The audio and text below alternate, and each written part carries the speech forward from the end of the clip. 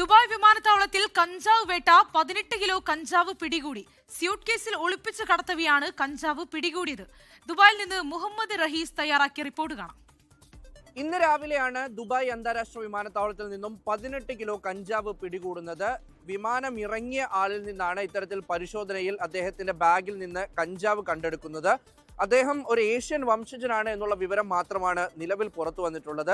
ആദ്യഘട്ടത്തിൽ തന്നെ ഈ എക്സ്റേ സ്ക്രീനിംഗ് ഓപ്പറേറ്റേഴ്സ് നടത്തിയ പരിശോധനയിൽ സംശയാസ്പദമായ എന്തോ ബാഗിലുണ്ട് എന്ന് കണ്ടെത്തിയിരുന്നു. അതായത് ബാഗിനുള്ളിൽ ഒരു രഹസ്യ അറയുണ്ട് എന്ന് വ്യക്തമാക്കുന്നു. എന്നാൽ ആ സമയത്ത് ഇയാളെ വിളിക്കുകയോ പരിശോധനയ്ക്ക് ഹാജരാകാനോ ഒന്നും പറഞ്ഞില്ല.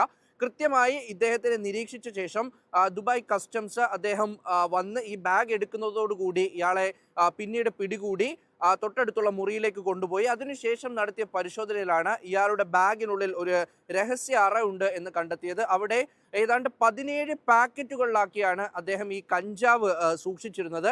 അതിനുശേഷം പരിശോധന നടത്തുന്നു. അതിൽ നിന്ന് കഞ്ചാവാണെന്ന് വ്യക്തമാകുന്നു.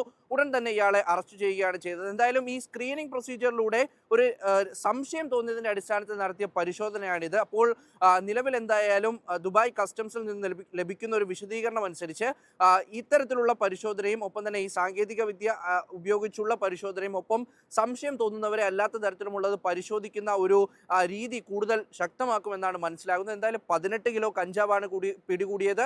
ഒപ്പം തന്നെ 17 പ്രത്യേക പൗച്ചുകളിലാക്കി അത് പാക്ക് ചെയ്ത രീതിയിലായിരുന്നു ഇത് കണ്ടെത്തിയത്.